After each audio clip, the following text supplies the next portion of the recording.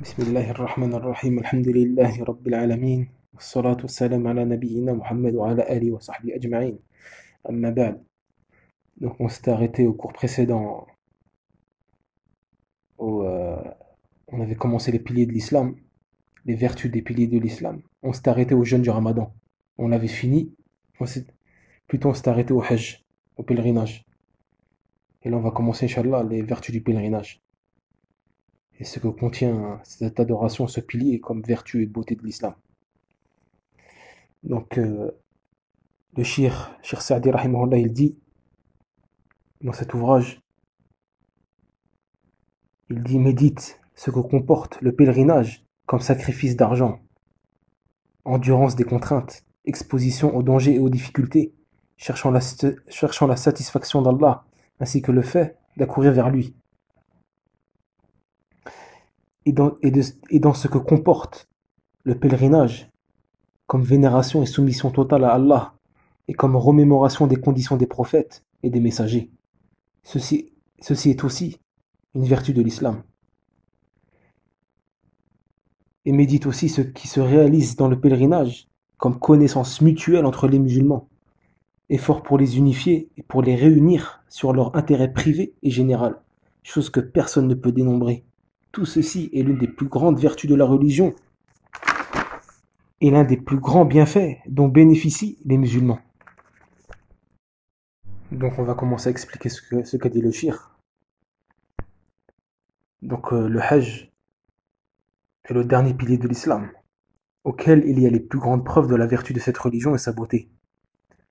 Car lorsque la personne médite sur les œuvres du hajj, il verra que celui-ci prouve et montre les vertus de cette religion, de cet islam.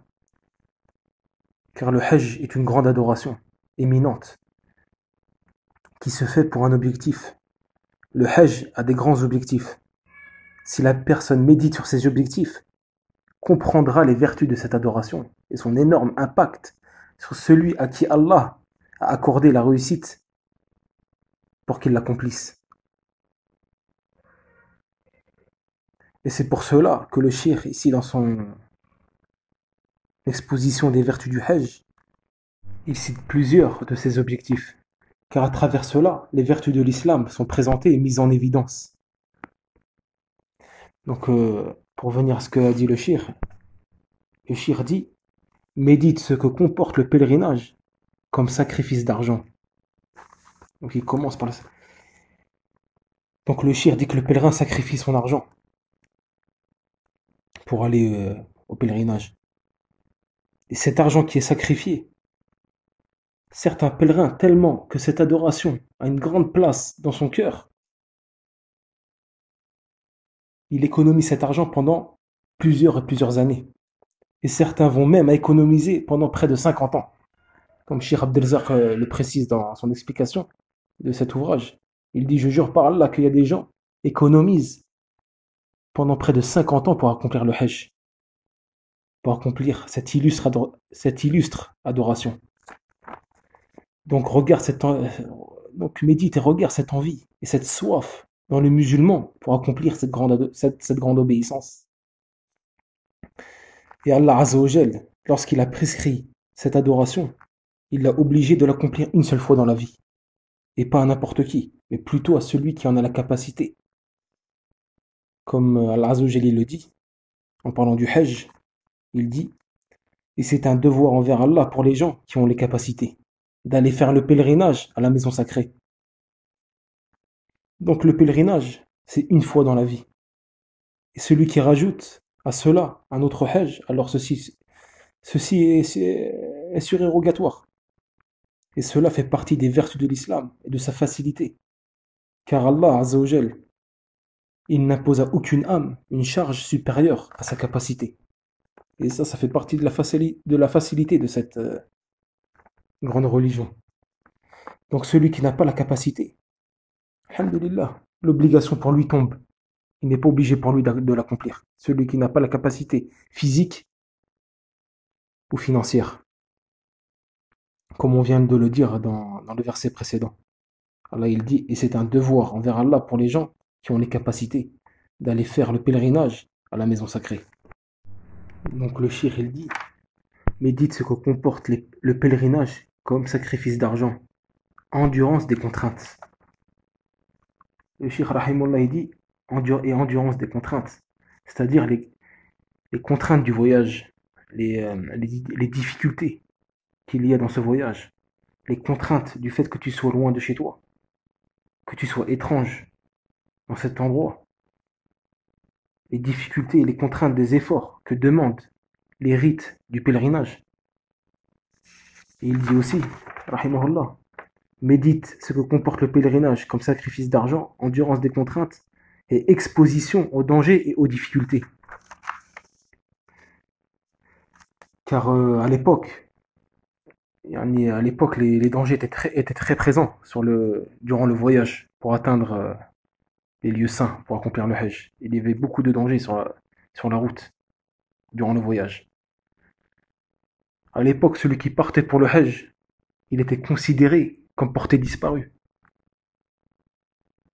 pour les nombreux dangers qui étaient présents durant le voyage. Et s'il revenait chez lui, sain et sauf, auprès de sa famille, il était considéré comme un nouveau-né, tellement c'était un exploit,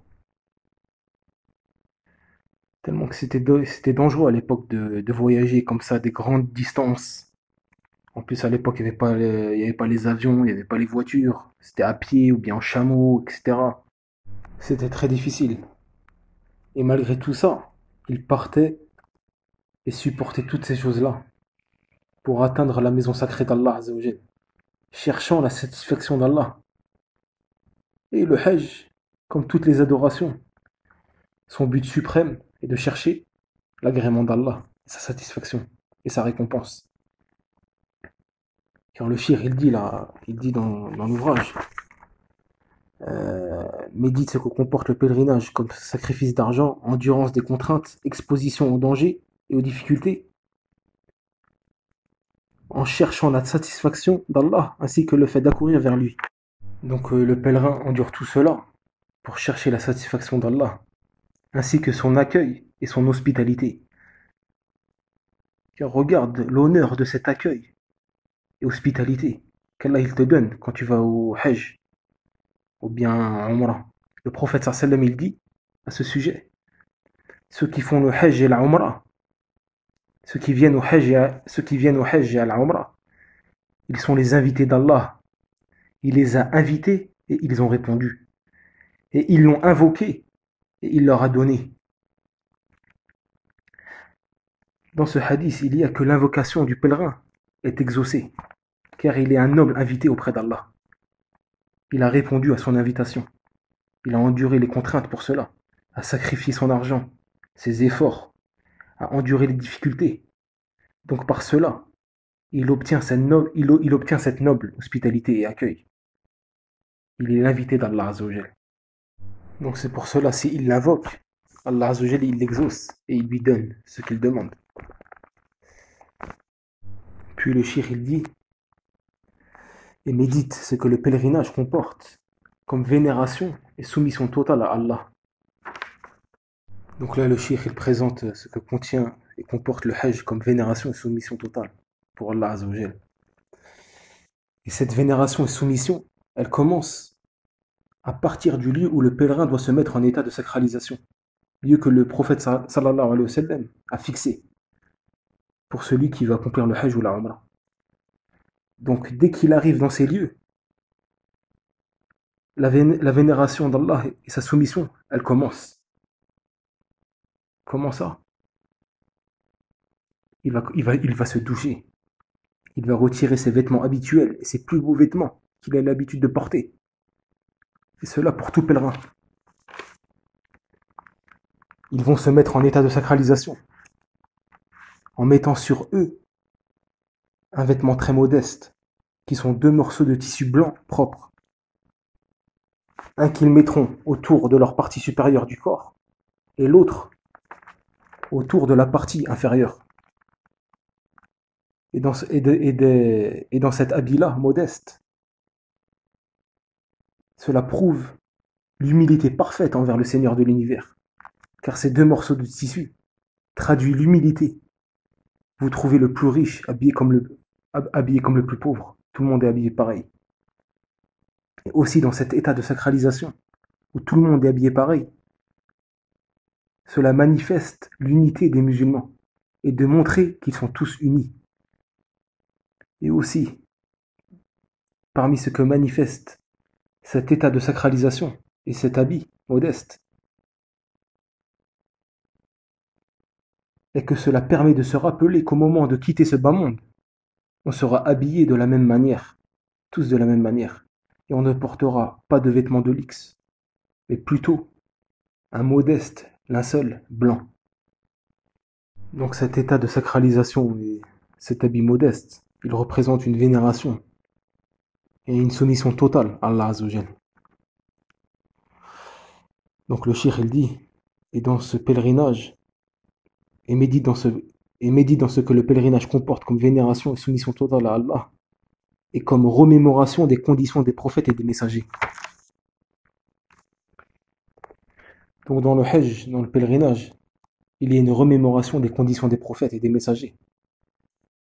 Et ceci fait partie des objectifs du Hajj, que le pèlerin se rappelle lorsqu'il accomplit les rites, que cela est un héritage parmi les héritages des prophètes, et qu'il est sur leur voie.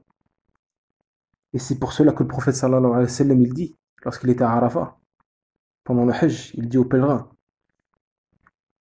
vous êtes certes sur un héritage de votre père Ibrahim. Et pareil, Isa, alayhi salam, il a accompli le Hajj. Pareil pour Moussa, il a aussi accompli le Hajj. Et beaucoup d'autres messagers et prophètes l'ont accompli. Donc le pèlerin, lorsqu'il accomplit ses rites et fait le pèlerinage, il se rappelle la situation et les conditions des prophètes et qu'il est sur leur voie. Puis après le cheikh il dit et médite ce qui se réalise dans le pèlerinage comme connaissance mutuelle entre les musulmans et les efforts pour les unifier et pour les réunir sur leur intérêt privé et général, chose que personne ne peut dénombrer. Tout ceci est l'une des plus grandes vertus de la religion et un des plus grands bienfaits dont bénéficient les musulmans. Donc là, le cheikh, il met en avant un autre objectif du Hajj. Le Hajj, il permet de réaliser cet objectif-là. C'est-à-dire l'objectif que les musulmans ils se réunissent dans un même endroit et font connaissance mutuellement et s'unifient et se réunissent sur leur intérêt privé et général. Allah Azzawajal il dit dans le Coran à propos du Hajj, il dit et faites aux gens une annonce pour le Hajj, ils viendront vers toi à pied et aussi sur toute monture, venant de tout chemin éloigné. Donc le Hajj permet de réunir les musulmans du monde entier en un seul endroit et de les unifier.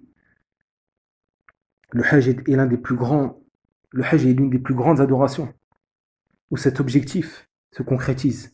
L'objectif de la connaissance mutuelle entre les musulmans, l'unification de la communauté et le fait de se réunir sur leurs intérêts privés et généraux. Et à partir d'ici, le cheikh finit son exposition des vertus des piliers de l'islam. Donc le cheikh a cité un résumé en ce qui concerne les piliers de l'islam. La prière, la zakat, le jeûne du ramadan et le hajj. Et ceux-là sont les mères des adorations et les plus importantes. Donc il les a exposées tout en montrant les vertus qu'elles contiennent et en montrant les preuves de leur beauté et de la beauté et la qualité de cet islam. C'est pour cela qu'il clôture cela en disant tout à la fin, tout ceci, il dit tout ceci exposé d'une manière résumée afin d'y attirer l'attention. Et après ça, le cheikh cite un troisième exemple pour exposer les vertus de l'islam et ses qualités et sa beauté, qu'il a intitulé Allah, le législateur, a incité à l'union et à la concorde, et a interdit et a mis en garde contre la désunion et la discorde. Qu'on va voir, Inch'Allah, le prochain cours. Wallahu a'lam wa sallallahu